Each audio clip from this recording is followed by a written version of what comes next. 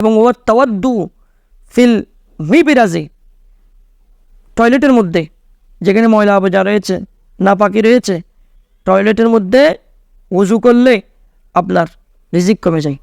তবে বর্তমান যুগে যেই টয়লেটের মধ্যে উজুর ব্যবস্থা আছে আলাদাভাবে, আপনি টয়লেট করার পরে ভালো করে পরিষ্কার করে ফেলেছেন, নাপাকি নাই, একেবারে চলে গিয়েছে, যদি ওই ওয়াশরুমে যদি আলাদা যদি উজুর ব্যবস্থা থাকে তখন আপনি উজু করতে পারবেন। তবে যেখানে উজুর ব্যবস্থা নাই, যেখানে টয়লেট করা হয় সেখানে যদি উজু করা হয় তাহলে আপনার রিজিক কমে যাবে। ওয়াখিয়াতাতু সাউবি আলা বাদানিহি, শরীরের মধ্যে কাপড় রেখে কাপড় পরা অবস্থায় কাপড়কে সেলাই করলে রিজিক কমে যায়।